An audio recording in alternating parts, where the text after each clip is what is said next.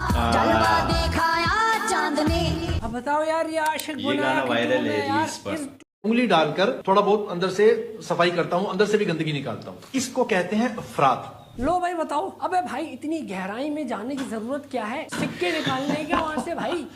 Hello जी, मैं हूं तस्कीर और इस वीडियो में हम देखने वाले हैं what's wrong with Indian Muslims. ये रमज़ान के टाइम के कुछ वीडियो देखेंगे, funny Ramzan songs and Bollywood villains.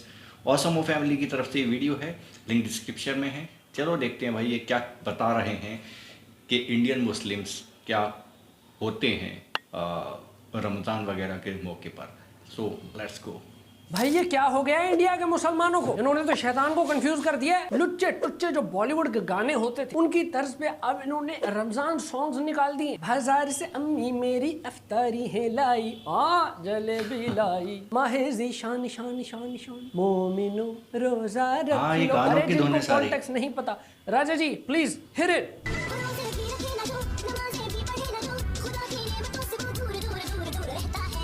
होता है ये गाना है।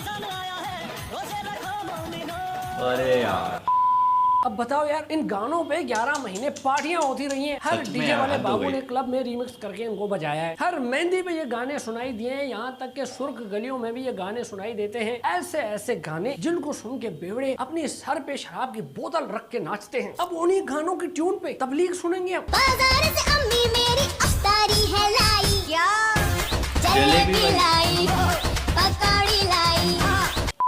यार कैसे बना लेते हैं ट्यून पे गानों पे नात बोले, कलाम बोले, रमजान सॉन्ग्स बोले, क्या बोले? Indian Muslims have lost it bro. ये भाई हमारे मकसद ही भूल गए। ऐसे ऐसे गाने आ रहे हैं भाई, कमेंट में हिंदू लिख रहे हैं एज ए हिंदू अस्तगफुरुल्लाह। बताओ यार, गैर मुस्लिम लोग अस्तगफुरुल्लाह कर रहे हैं ये गाने सुन के। ऊनो रिवर्स हो गया उनके साथ। तो अब अजीब कॉम्प्लेक्स ये है कि उन गानों का जो मटेरियल है वो नेकी की तरफ आपको लेके जाता है, लेकिन ये गाने जिस ट्यून पे बनाए गए हैं, ओए होए होए, मतलब बुराई और नेकी वाला फरिश्ता दोनों ही काम लग जाते हैं। चलो कम से कम ट्यून तो ओरिजिनल बना दो भाई। आया रमजान रहमत वाला, तेरी इनायत यार। और कितने सज धज के बैठते ये हैं। सारे गाने क्या अनु मलिक से कंपोज करा रहे हैं क्या? All day all night, मुझे याद सदा है तेरी, रोजेदारो करो याद खुदा को दिल से। अब ऐसे कैसे यार इश्क के मिजाजी से इश्क के हकीकी पे ले जाएं यार? ये गाने मेरी अंदर की केमिस्ट्री को बिगाड़ रहे हैं भाई। जलवा दिखाया चांदनी, जलवा दिखाया, जलवा दिखाया चांद ने। अब बताओ यार, ये आशिक ये गाना वायरल है यार, रील्स पर इस ट्यून से गंदी यादें जुड़ी हुई हैं यार, गीली गीली यादें जुड़ी हुई हैं। इसमें अच्छी बात कहाँ से सुन ले हम? ये वो गाने हैं जब हमने प्यूबर्टी को हिट किया था, इतना जोरदार सा धमाका हुआ था, तब सबके पास इस ट्यून से मुतालिक अपनी अपनी स्टोरी होती है। यार हम चोरी चोरी सीडी लेके आए थे, ये हुआ तो वो होता। अब उसी ट्यून में यार बताओ अच्छी अच्छी बातें सुनेंगे हम, कैसे सुनेंगे यार? जलवा दिखाया चांद ने। अब इनको देखा देखी पाकिस्तान में भी जिसको मुसलमान बन रहे, जन्नती है मेरा आंडू बकरा। अब बताओ यार, भाई किसने पूछा तेरे से तेरा बकरा आंडू है या खस्सी है? तेरा बकरा आंडू हो ना हो, तू बहुत बड़ा मतलब कोई बात है यार, किसने पूछा? और इस पे कलाम बनाने क्या जरूरत है? ये कोई मुद्दा है इतनी मेहनत करने का, लोगों को बताने का कि भाई मेरे बकरे के टेस्टीज हैं? फिर वो जी कंफर्म जन्नती। हाँ भाई कैसे पता तुम्हें कि कंफर्म जन्नती हो? ऐसे कैसे सर्टिफिकेट बांट रहे हो यार आप? क्या पता उसने किसी के साथ बदसलूकी की हो, सारे उसके जो सवाब है वो मल्टीप्लाई बाय 0 हो जाए। भाई हु नोज, ये तो फैसला उसका है ना, वो ही करेगा। रोजा रखो तो ऐसे रखो, अल्लाह खुश हो, अल्लाह खुश हो। बताओ भाई, बात ठीक है, लेकिन इतना म्यूजिकल करने की जरूरत क्या है? ऐसे तो शैतान खुश हो जाएगा यार। ये क्या बात हुई भाई? मतलब स्टेप सारे गलत थे लेकिन आंसर सही है। अक्सर वो रमजान में एक लड़का है, वो नाजिल हो जाता है, रमजान यार रोजा रखो जी, छोड़ो ना बीमारी का बहाना करी के। क्या चल रहा है ये सब? कहाँ से आते हैं ये लोग? कौन है ये लोग? कौन है ये लोग? मैं आपको बताऊं, इंडियन मीडिया में मुसलमानों के ना 2 एक्सट्रीम्स हैं। या तो वो बिल्कुल घुंघरू वाले मुसलमान हैं, ये जो गाने वाने बना रहे हैं ऐसे मुसलमान, या फिर वो बिल्कुल ग्रेनेड वाले मुसलमान, भाईजान मकसद नहीं भूलने वाले। यानी दरमियानी कोई रास्ता नहीं है। इंडियन मीडिया में मुसलमान जो है ना, या तो उसके हाथ में AK-47 होगा, या फिर उसके हाथ में डफली होगी, या तो वो फुल लश्कर तैयबा होगा, या फिर वो लश्कर 3 ताल होगा। एक तो सालों से बॉलीवुड ने मुसलमानों को स्टीरियोटाइप किया, मकबूल भाई, सुहेल भाई, ताहिर लाला, और सब बात भी जो है वो ऐसे ही कर रहे हैं, आदाब आदाब, हर बात के बाद जान लगा रहे हैं, अम्मी जान, अब्बू जान, कुर्सी जान, लाइट जान, कैमरा जान। ऐसे तो होता है यार। अम्मी जान, मेरा नाश्ता बनाने की ज़रूरत नहीं है, मुझे ट्रेनिंग पे देर हो रही है, मेरी बंदूक कहाँ है? और वैसे भी अम्मी जान, अब नाश्ता तो दुश्मन का इलाका फतेह करने के बाद ही होगा। सिंपल फॉर्मूला है भाई, इंडियन मीडिया का जो ये एक्सट्रीम वर्जन वाला मुसलमान है, उसने काजल लगाया होता है, उसने टोपी लगाई होती है, उसने खिंच के तावीज लगाया होता है, वो अम्मी जान अब्बू जान करके बात करता है और वो मार्केट में फट जाता है। तो जाहिर है उसको काउंटर करने के लिए एक सॉफ्ट इमेज मुसलमानों की बनानी पड़ेगी, उसको मैं सपोर्ट करता हूँ, लेकिन इतनी सॉफ्ट नहीं भाई, इतनी ये तो सॉफ्ट ही है, ऐसे भी नहीं बिल्कुल जैसे ये कर रहे हैं रमजान में हलाल टीटो पार्टियां लगा रहे हैं, ये जो गाने बना रहे हैं भाई, इसका बिल्कुल उलट ही वर्जन नहीं, ये ऐसे भी नहीं चाहिए। जैसे वो इंडिया की फिल्म आई थी मिशन मजनू करके सिद्धार्थ की, उसमें वो इंडियन एजेंट जो होता है पाकिस्तान आता है, वो मुसलमान बनता है, बड़े बड़े जनरलों के घर में नौकर बन जाता है, उसका काम होता है इन्फॉर्मेशन हासिल करना। अब वो टिपिकल मुसलमान बन के ना नौकर बन के फिर पूछ रहा होता है बड़े बड़े अफसरान से ऐसे कैजुअली कि मालिक वो मैं सोच रहा था कि ये पाकिस्तान के एटम बम की लोकेशन अगर मिल जाती ना तो हम और वो बड़े बड़े अफसरान वो भी कैजुअली ऐसे ही अखबार पढ़ते हुए बता रहे हैं उसको, हाँ बेटा वो मेरे बेड साइड टेबल है ना, उसके ड्रॉवर में वो ज्योमेट्री बॉक्स पड़ा होगा बैटमैन वाला, उसके अंदर है नक्शा, वहीं पे ऐसे तो ये दिखाया गया है। हेलो इतना पिक्चर मत डालो यार। तो भाई ये इंडियन भाइयों से दरखास्त है कि यार कुछ करो यार, ऐसे थोड़ी, ऐसे तो यार मुस्लिम उम्मा को कोई सीरियस ही नहीं लेगा, मुस्लिम उम्मा बन जाएंगे फिर हम। अब रमजान की बात हो ही रही है तो भाई कुछ ऐसे जोक्स है जो पूरे बड़े सगीर में बैन होने चाहिए, रमजान जोक्स। पहला उनमें ये, हाँ भाई तू बाहर कैसे आ गया, तू तो रमजान में कैद नहीं हो जाता जैसे वो तूने रोजा रखा है, नहीं यार मेरे रोजे नहीं रखे क्योंकि मेरा घर छोटा है, जगह नहीं है। मैंने एक दोस्त से पूछा, हाँ भाई तू रोजे रख रहा है, कहते हैं नहीं पिछले साल रखे थे, इतने दे बड़े हो गए मर गए इसलिए फिर अब मैं रखी, अटैचमेंट हो जाती। ये क्या है भाई, बस कर दो यार, हर साल यही जोक किए जा रहे हैं और कुछ लोग हैं उनपे उतना ही हंस रहे हैं जैसे पहली दफा सुना है। बाकी अल्लाह आपकी इबादतें कबूल करे अगर आप कर रहे हैं, क्योंकि बहुत सारे ऐसे लोग हैं जो मैंने देखे सिर्फ गफलत की नींद सो रहे हैं पूरे रोजे में, पूरा दिन डिज्नी प्रिंसेस की तरह सो रहे हैं और अफ्तारी के टाइम भाई जी जमाई लगा के उठ जाएंगे, अजान आ गई है खजूर का है। ये कैसा चिड़ी रोजा हुआ भाई। चलो फिर भी ये रोजे रख तो रहे। कुछ ऐसे लोग होते हैं जो बड़े लेम से मेडिकल रीजंस बताते हैं कि यार मैं रोजा नहीं रख सकता। बंदा पूछे भाई क्यों, मेरा एक दोस्त कहता है क्या नहीं मैं नहीं रख सकता यार मुझे प्यास बहुत लगती है। मैं कहा हैं ये तो बड़ी नई बात बता दी यार तूने, क्योंकि हम तो रख रहे हैं हमें तो प्यास तो नहीं लग रही, प्यास का मसला कभी आया नहीं हमें यार रमजान में, तुझे कैसे आ रहा है, ये नया है। एक मेरे दोस्त ने कहा कि यार मैं नहीं रख सकता रोजे क्योंकि मेरा मेटाबॉलिज्म फास्ट है। मैंने कहा मेटा ये बोल रहा है कि तू झूठ बोल रहा है, अजीब से बहाने हैं भाई। कुछ लोग कहते हैं यार मैं नहीं रख सकता क्योंकि भूख लगती है मुझे। अरे तो भाई ये इसी को तो बर्दाश्त करना है, यही तो गेम है। प्यास बर्दाश्त करनी है, भूख बर्दाश्त करनी है, बुरे कामों से दूर होना है, सेल्फ कंट्रोल लेके आना है अपने आप में, यही तो गेम है। अच्छा आपने देखा होगा कि कुछ लोग ऐसे होते हैं जो शदीद अश्लील होते हैं, शदीद अश्लील, इतने अश्लील के मानो शैतान के दिल में भी वसवसे डाल रहे होंगे, लेकिन जैसे ही रमजान आएगा 180 डिग्री चेंज। नहीं अच्छी बात है, बहुत अच्छी बात है, मैं बिल्कुल मैं सपोर्ट करता हूँ इस चीज को। ऐसा लगता है कि जैसे उनको हिदायत आ गई है, लेकिन नहीं, जैसे ही फिर रमजान गुजरता है दोबारा से 180 मारते हैं लोग। ये भी सही है भाई, उसको कंटिन्यू कर लो यार अगर मतलब चेंज आ गया तुम्हारे अंदर तो। अच्छा फिर जी हर रमजान में मौलवी साहब जो होते हैं उनके पास एक लंबी लिस्ट आती है सवालों की, जिसमें कुछ रोजेदार होते हैं जो डिलेमा में फंसे होते हैं बेचारे कि ये कर लूं तो रोजा टूट तो नहीं जाएगा, अगर ये कर लूं तो रोजा टूट तो नहीं जाएगा। अब जो जायज सवाल है वो बिल्कुल ठीक है भाई, सर आंखों पे। जैसे बचपन में मैं भी सोचता था कि यार अगर अपनी थूक निकल जाए तो रोजा टूटता है कि नहीं टूटता। ये सारे सवाल ठीक है जायज है, लेकिन कुछ सवाल बहुत ही अजीब हो जाते हैं। जैसे किसी ने पूछा कि मौलवी साहब रोजे में इस्तंजा कैसे करो, अरे भाई ऐसे ऐसे और कैसे है, लेकिन नहीं मौलवी साहब ने भी ये जवाब नहीं दिया। अब ये देखिए उन्होंने जवाब क्या दिया। इस्तंजा करने की कोई एहतियात है क्या रोज़ादार के लिए? इसके अंदर ये है कि मुबालगा करने से मना किया गया है और एहतियात ये है कि रोजे की हालत में सांस ज्यादा ना ले जब इस्तंजा कर रहा हो। हाँ, और थोड़ा सिमट के बैठे, ज्यादा फैल के ना बैठे कि बाज़ औक़ात पानी जो है वो इसके मैदे तक पहुंच सकता है जिससे रोजा टूट जाएगा। लो भाई इसका मतलब ये है कि मेरा आज तक कोई एक भी रोजा कबूल नहीं हुआ होगा। मैं भी कहूँ यार कि मुझे रोजे में प्यास ही नहीं लग रही है, असल में पानी उधर से मैदे तक चला जाता था। बस यार आज के बाद सिमट के बैठूंगा, आप भी सिमट के बैठा करें यार।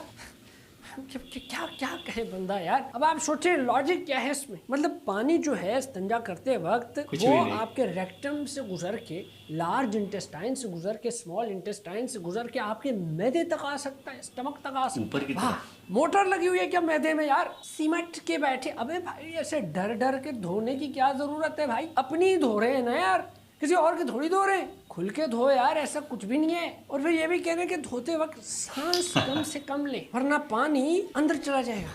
अब आप सोचिए, इनके लॉजिक के हिसाब से जब आप सांस लेते हैं तो एक तो नाक से हवा जाती है, इनके मुताबिक नाक से भी जाती है और वहां से भी जाती है, समझ रहे हो ना। तो फिर ऐसे में अगर तुम पानी से इस्तिंजा करोगे और सांस लोगे तो पानी तो फिर पता है आपको, वो अपना रास्ता खुद ही निकाल लेता है, चला जाएगा मैदे तक। अब पानी है ना भाई, वो एग्जिट के रास्ते से भी एंट्रेंस मार देगा। इसीलिए दोस्तों सिमट के बैठे और सांस कम से कम ले और ऐसे डरे डरे अंदाज में, समझ रहे हैं आप। ऐसे ऐसे सवाल आ जाते हैं कि कुछ में तो मौलवी साहब खुद कंफ्यूज हो जाते हैं कि यार इस बंदे को मैं क्या जवाब दूं। अब जैसे ये सुन लें आप। असल सवाल ये सामने आया है, एक आदमी ने पूछा है कि जी मैं जब तहारत करता हूँ, बड़ा वॉशरूम करता हूँ 2 नंबर, तो उसमें मजीद अपने आप को सफाई करने के लिए मैं उंगली डालकर थोड़ा बहुत अंदर से सफाई करता हूँ, अंदर से भी गंदगी निकालता हूँ। इसको कहते हैं अफरात। लो भाई बताओ, अबे भाई इतनी गहराई में जाने की जरूरत क्या है, सिक्के निकालने की वहां से भाई। कैसे कैसे लोग हैं यार। शुक्र है कि मैं आलिम नहीं हूँ, कोई मौलवी साहब नहीं हूँ, क्योंकि अगर मेरे पास ऐसे सवाल आते ना, मैं तो उनके पुट्ठे ही जवाब देता भाई। ये अगर सवाल मेरे पास आया होता तो मैं उसको बोलता भाई तू इस काम के लिए एक और बंदा रख ले, तेरी सफाई भी हो जाएगी, शौक भी पूरे हो जाएंगे और उसकी रोजी भी लग जाएगी। रमजान जैसे आया है, इंस्टाग्राम का एल्गोरिथम तो पागल ही हो गया। हर दूसरी तीसरी रील ऐसी है जहाँ पे कुछ ना कुछ उल्टा सीधा हो रहा है। ऐसे तो भाई कौन सीरियस लेगा। फिर उम्मत पूरी जो है वो अजीब अजीब चीजों में पड़ी हुई है, सुपरस्टिशंस के पीछे लगी हुई है, वजीफों के पीछे लगी हुई है, बाबों के पीछे लगी हुई है। एक दो मजेदार कैरेक्टर्स मुझे मिले हैं, जरा ये वीडियोस चेक करें। जिंदगी में कोई किक नहीं मिल रही तो कोई मसला नहीं, हमारी लत्ता अली सरकार आपके लिए हाजिर है। मुख्तलिफ बीमारियों के लिए मुख्तलिफ हम पढ़ते हैं। मेरे पास बेशुमार हिंदू आके दम करवाते हैं और अल्लाह के फजल से मुसलमान हुए। खवातीन के जिस्म के किन किन हिस्से को आप पाँव लगाकर इलाज करते हैं? जब घुटनों पे है, कमर पे है तो लगा देते हैं। खबरदार जो मेरे पीर को किसी ने जाली बोला तो। जाली पीर वो होते जो लोगों को लूटते, मुरीदों की टांगे उठाते। लेकिन पीर साहब तो मुरीदों के लिए अपनी टांगे उठा रहे हैं यार। इससे सच्चा आदमी क्या ही होगा। क्या बात है पीर साहब, मेरी ये दरखास्त है आपसे इस वीडियो के थ्रू के एक मेरा मसला हल करो। मेरा एक दोस्त है, उसको औलाद नहीं हो रही, शायद मर्दाना कमजोरी का कोई मसला हो सकता है। तो अगर आप अपना ये गरम गरम पाँव उसकी पेशाब वाली जगह पे मस्त कर दे तो मेरे ख्याल से ट्रिपलेट ही हो जाएंगे माशाल्लाह से, हैं। और वो बड़ा फैन है आपका, बड़ा मुरीद है, कसम से वो खुद फीट लवर है। वो कह रहा था अगर ये सीन हो गया तो आपको एयरसॉफ्ट की नई चप्पल चढ़ाएगा। दोस्तों अगर आप चाहते हो कि आपका महबूब आपके कदमों में आ जाए तो हमारे इश्का वाले बाबा, हमारे इश्का वाले सरकार की ये जरा बात सुन लीजिए। आंखें बंद करके उसका तस्वुर जहन में रखकर सिर्फ इतने अल्फाज पढ़ने, हुब्बुल अस्री फी हुब्बिल जम्मैन, 7 मरतबा पढ़ना, आंख नहीं खोलनी, बस कुछ का कुछ। 5 मिनट बाद उसकी हालत देखना कि क्या बनती है, तड़प कर आपके कदमों में हाजिर होगा। अभी आपने याद रखना, इसी तरह ये पढ़ने वजीफे, इसमें कोई भंड नहीं मारना, आंखें बंद करनी है, ऊपर नीचे कोई आधी थी खुली रहेगी, इस तरह नहीं करना, वरना ग्लिच आ जाएगा वजीफे में। फिर महबूब नहीं आएगा, मिस कॉल आ जाएंगे 69 मिस कॉल फ्रॉम कारी साहब। रिसेंटली मेरे दोस्त है, उसका ब्रेकअप हुआ, उसको मैंने भेजी यार ये चेक कर यार, इस तरह भाभी वापस आ सकती है। तो उसने कहा यार 7 दफ़ा अगर हम पढ़ रहे हैं वजीफा तो महबूब कदमों तक आ रहे हैं, तो अगर 10 दफ़ा पढ़ लिया और महबूब को मतलब थोड़ा सा और ऊपर चाहिए महबूब तो फिर क्या करें। मैंने कहा भाई जहाँ तक तुम्हें महबूब चाहिए वहाँ तक वजीफा पढ़ लो, वहाँ पर स्टॉप कर देना, है कि नहीं। तो बड़ी काम की चीज़ है। और हाँ ये फोकस बहुत ज़रूरी है, इसमें फोकस बहुत ज़रूरी है। देखो वजीफा है हुब्बुल असरफी हुब्बुल जमील, तो आपने जैसे पढ़ना है तो अपने महबूब को ऐसा फोकस में रखना है, हुब्बुल असरफी हुब्बुल जमील। ऐसे नहीं किया हुब्बुल असरफी जमील भाई मेंटेनेंस वाले को पैसे देने यार, ऐसे नहीं करना, वरना जमील भाई आ जाएंगे आपके कदमों के नीचे, फिर वो करेंगे आपकी मेंटेनेंस। तो भाई ये सब चल रहा है। यहाँ तो आप ऐसे स्क्रॉलिंग करके माइंडलेस सी चीजें ऐसी देख सकते हैं, या फिर इस रमजान में इबादत कर सकते हैं। और मेरी माने तो इस रमजान में आप कुरान की तफसीर पढ़ना शुरू कर दें। मैं ये इसलिए बोल पा रहा हूँ क्योंकि मैंने तो शुरू कर दी है भाई, मैंने तो 1 महीना पहले ही शुरू कर दिया था, तो मैं तो कंप्लीट करने वाला हूँ। वैसे इतनी किताबें पढ़ते रहते हैं, तो मैंने कहा यार जो असल सबसे जरूरी किताब जो है वर्ड ऑफ गॉड, वो तो पढ़ के देखें कि बोला क्या गया है उसमें, और खुद पढ़े भाई, खुद रिसर्च कर रहे हैं। ऐसे फॉलोअर मत बने, कुछ चीज समझ ना आए तो इंटरनेट पे रिसर्च करें, फिर भी समझ ना आए तो किसी अक्लमंद आलिम के पास चले जाए, उससे पूछ ले। चलिए दोस्तों मैं अब चलता हूँ, किसी और वीडियो में आपसे होगी मुलाकात, तब तक के लिए भाई को दीजिए इजाजत, मैं चला, अल्लाह हाफिज। ऑल राइट, ये मैंने मौज मस्ती के लिए देख तो लिया था, मुझे पता था कि ऐसा कुछ होगा, फनी फनी चीज़ें, लेकिन ये बहुत ही ज़्यादा, हद से ज़्यादा फनी था, मतलब हद ही पार कर दी है यार कुछ मुस्लिम्स ने। सच में यार ये किसी सही रास्ते की तरफ नहीं लेकिन हाँ थोड़ा सा इमेज को और वही कुछ नज़र आता, लेकिन हाँ वो जो उंगली डालकर साफ करना और ये सारी चीज़ें गाने पर, गानों के रिदम पर, धुनों पर, कुछ भी नात वगैरह के नाम पर कुछ भी डिलीवर कर रहे हैं लोगों को, हद हो गई है भाई, हद हो गई है, दिमाग ख़राब कर दिया है भाई साहब, कहाँ जा रहे हैं। और ये विलन जो दिखाते हैं ना, सच में अच्छी भी दिखाते हैं, मतलब मुस्लिम से कोई लेना देना है ही नहीं उस चीज़ का, कुछ भी दिखा देते हैं और बहुत बहुत फनी थे ये जो मौलानाओं से सवाल वगैरह थे ना, ऐसे सवाल करते होंगे, मुझे कमेंट सेक्शन में मैंने देखा है बहुत सारे, जैसे ये गाने वगैरह और ये चीज़ें रिलीज़ हो रही हैं, तो कि भाई हमने ऐसा कुछ नहीं देखा। दूसरी कम्युनिटी के लोग, चाहे हिंदू हो क्रिश्चियन हो, वो भी कहते हैं भाई हमने मुस्लिम्स को जानते हैं, हमने कभी ऐसा कुछ नहीं देखा जैसे ये चीज़ दिखा रहे हैं, अस्तगफिरुल्लाह लिखते हैं वो नीचे। तो भाई साहब हद पार कर दी। मैं कहता हूँ भाई ये वीडियो वगैरह पहुँचाओ लोगों तक और इनको रोको, कोई तो रोको इनको, वरना ये बर्बाद कर देंगे सारे। मतलब कुछ तो होंगे ऐसे लोग जो इनको फॉलो कर रहे होंगे और कुछ लोग और जुड़ते जा रहे होंगे इनसे, तो बहुत ज़्यादा बिगाड़ने वाले काम कर रहे हैं ये लोग। सुन रहे होंगे कि भाई चलो गाना नहीं सुन रहे तो गाने की धुन पर हम ये नाती सुन लेते हैं, ईयरफोन लगा कर मौज मस्ती में रोज़े में यही सुन रहे होंगे लोग बहुत से। तो गलत है ये, इन चीज़ों को स्प्रेड नहीं होना चाहिए, जगह जगह पर फैल रही हैं ये चीज़ें। मैंने वो आशिक बनाए वाला गाने पर जो था ना, वो रील पर बहुत देखा है, अभी लेटेस्ट वो बहुत ज़्यादा वायरल हुआ है। हद हो गई यार, हंसी भी आती है और अफसोस भी होता है। आप लोग कमेंट सेक्शन में बताओ कैसा लगा वीडियो। मिलते हैं नेक्स्ट वीडियो में, बाय।